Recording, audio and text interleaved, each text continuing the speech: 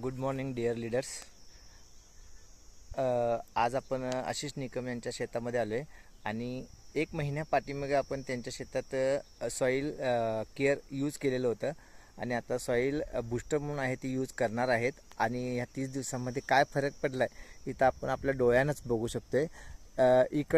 इकडच्या सरीमध्ये आणि इकडच्या सरीमध्ये काय फरक आहे तो जमीन आसमानचा फरक आपल्याला इथं दिसतोय.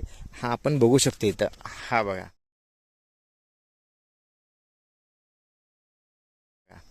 ह्या सरीपासून इकडं आपण यूज केले विक्टरीचं सॉईल बूस्टर आणि इथून इकडं आपण काहीही यूज केलेलं नाही आहे विक्टरीचं, पण त्यांनी रासायनिक खत ह्यामध्ये यूज केलेलं आहे.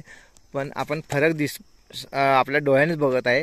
हे एक म्हणजे ह्याची वाढ तर खुंटलेलीच आहे आणि शिवाय ह्याची पानं पण सगळी गुंडाळलेली आहेत पाणी कमी पडल्यासारखी, आणि इकडची आपण पानं आणि वाढ बघितली तर ह्याच्या डबल जवळजवळ आहे. थँक्यू.